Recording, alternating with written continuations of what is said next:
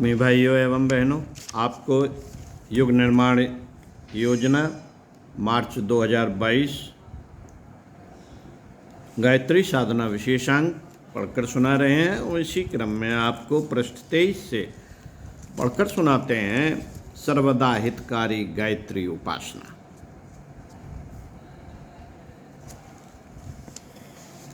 वेद शास्त्रों, पुराण, उपनिषदों में जितने भी साधना विधान बताए गए हैं, गायत्री उपासना को उन सबसे श्रेष्ठ और सुलभ बताया गया है।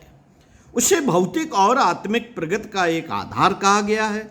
गायत्री को भूलोक की कामधेनु कहते हैं क्योंकि यह आत्मा की समस्त क्षुधा पिपासाएं शांत करती है। गायत्री को सुधा कहा गया है क्योंकि जन्म मृत्यु के चक्र से छुड़ाकर सच्चा अमृत प्रदान करने की शक्ति से वह परिपूर्ण है। गायत्री को पारसमणि कहा गया है क्योंकि उसके स्पर्श से लोहे के समान कलुषित अंतःकरणों का शुद्ध स्वर्ण जैसा महत्वपूर्ण परिवर्तन हो जाता है। गायत्री को कल्प वृक्ष कहा गया है क्योंकि उसकी छाया में बैठकर मनुष्य उन सब कामनाओं को पूर्ण कर सकता है जो उसके लिए उचित एवं आवश्यक है। श्रद्धा पूर्वक गायत्री माता का आंचल पकड़ने का परिणाम सदा कल्याणकारक ही होता है। गायत्री को ब्रह्मास्त्र कहा गया है क्योंकि कभी किसी की गायत्री साधना निष्फल नहीं जाती। इसका प्रयोग कभी भी व्यर्थ नहीं होता।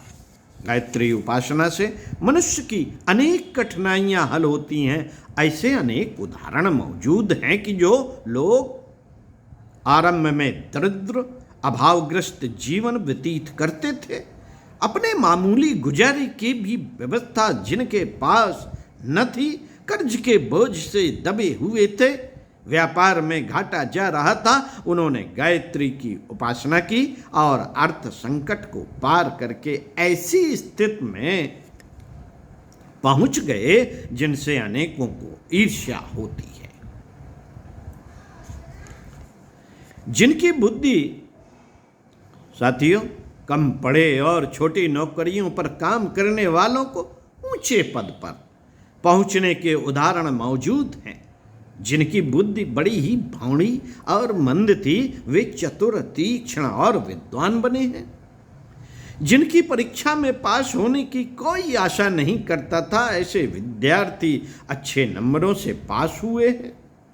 झगड़ालू, चिड़चिड़े, क्रोधी, व्यसनी, बुरी आदतों में फंसे हुए आलसी एवं मूढ़मत लोगों के स्वभाव में ऐसा परिवर्तन हुआ है कि लोग दांतों तले उंगली दबाए रह गए।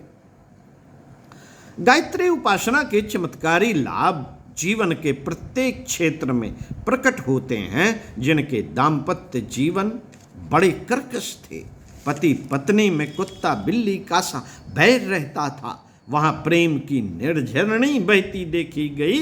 भाई भाई जो एक दूसरे के जानी दुश्मन बने हुए थे, उनमें भरत मिलाप हुआ। जो कुटुंब, परिवार क्लेश और कलह की अग्नि में झुलस रहे थे, वहां शांति की वर्षा हुई। फौजदारी, मुकदमेबाजी, कत्ल, चोरी, डकैती की आशंका से जहां हर घड़ी भय रहता था, वहां निर्भयता का एक छत्र राज हुआ। शत्रुओं के आक्रमणों से जो लोग घिरे हुए थे, वे इन आपत्तियों से बाल बाल बच गए। बीमारी से तो कितने ही साधकों का पिंड छूटा है। कई तो तपेदिक की मृत्युशैया पर पड़े पड़े यमराज से लड़े हैं और उनकी दाढ़ों में से वापस लौटे हैं। भूतोन्माद, दुख, स्वप्न, मूर्छा, हृदय की निर्बलता, गर्भाशय का विषैला होना आदि रोगों से कितनों ने ही मुक्ति पाई है, कोढ़ी शुद्ध हुए हैं। असंयमित जीवन क्रम और कुविचारों से उत्पन्न होने वाले स्वप्न दोष, प्रमेह आदि रोगों में मन शुद्ध के साथ साथ तुरंत कमी होना आरंभ हो जाती है। दुर्बल, जीर्ण रोगों से ग्रस्त व्यक्तियों को वेद माता की गोद में पहुंचकर बड़ी शांति मिलती देखी गई है। सन्निपात, हैजा, प्लेग, मोती, जरा, निमोनिया आदि कठिन रोगों में गायत्री ने चक्र सुदर्शन की तरह रक्षा की है। मित्रों, चिंताओं के दबाव से जो मस्तिष्क फटते रहते थे, उन्हें निश्चिंतता और संतोष की सांस लेते हुए देखा गया है। मृत्यु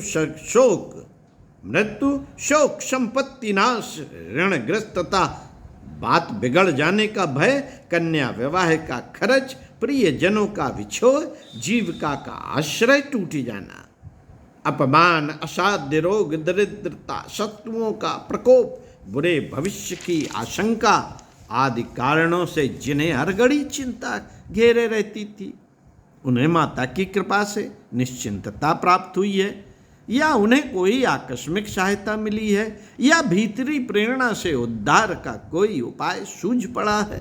अंतःकरण में ऐसा विवेक और आत्मबल प्रकट हुआ है जिससे उस अस्वंभावी प्रारब्ध को उन्होंने हंसते हंसते वीरतापूर्वक सहन कर लिया। साथियों, पुरुषों की भांति स्त्रियां भी प्रसन्नता पूर्वक गायत्री की उपासना कर सकती हैं। विधवाएं आत्मसंयम, इंद्रिय निरोध, मनोनिग्रह एवं सात्विकता की वृद्धि करने में गायत्री की सहायता से सफल होती हैं। वे घर में रहकर इस तपस्या द्वारा आत्म कल्याण, प्रभु प्राप्ति एवं जीवन मुक्ति प्राप्त कर सकती हैं। कुमारी कन्याओं की गायत्री साधना उनको अच्छे घर वर तथा अनंत सौभाग्य प्राप्त करने में सहायक होती हैं। साधुआएं गायत्री साधना द्वारा दाम्पत्य जीवन में प्रेम, घर में सुख शांति एवं समृद्धि, बालकों का कुशल क्षेम प्राप्त करती हैं। गर्भवती स्त्रियां वेद माता की उपासना करके स्वस्थ, तेजस्वी, बुद्धिमान, दीर्घजीवी एवं भाग्यवान बालक प्राप्त करती हैं। सबसे उत्तम यह है कि निष्काम होकर अटूट श्रद्धा और भक्तिभाव से गायत्री उपासना की जाए।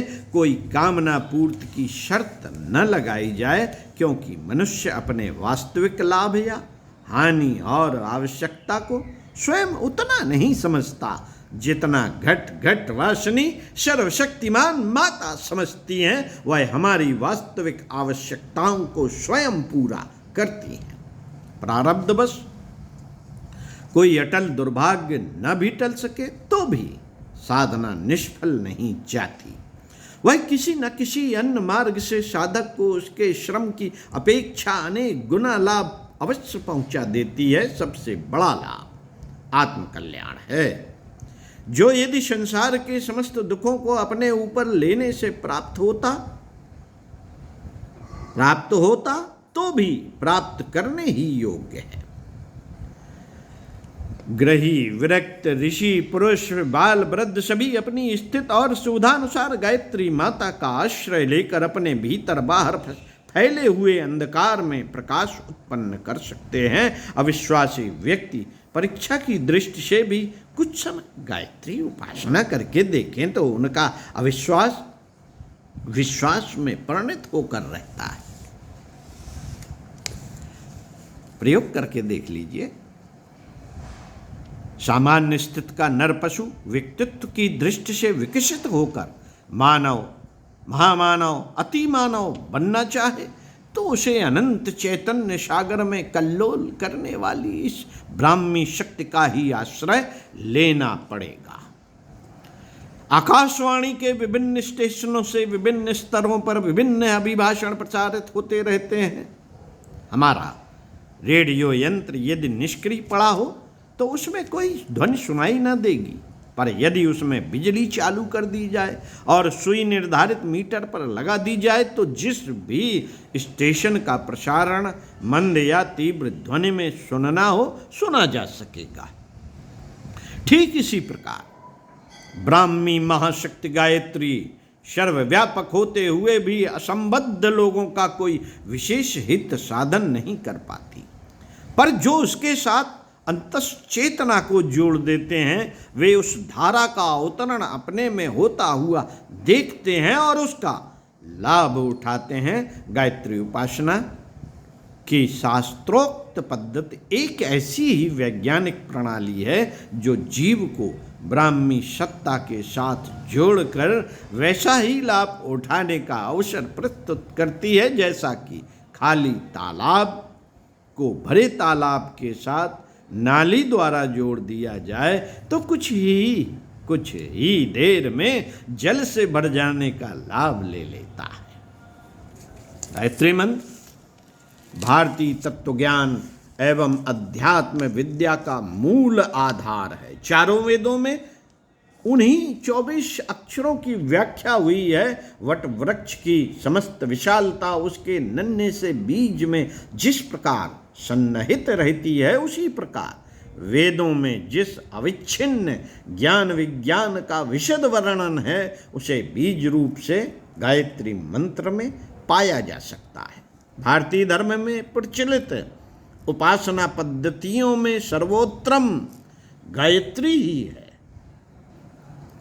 उसे अनादि माना गया है। देवता ऋषि मनीषी उसका अवलंबन लेकर आत्मिक प्रगति के पथ पर आगे बढ़े हैं और इसी आधार पर उन्होंने समृद्धियां, सिद्धियां एवं विभूतियां उपलब्ध की हैं।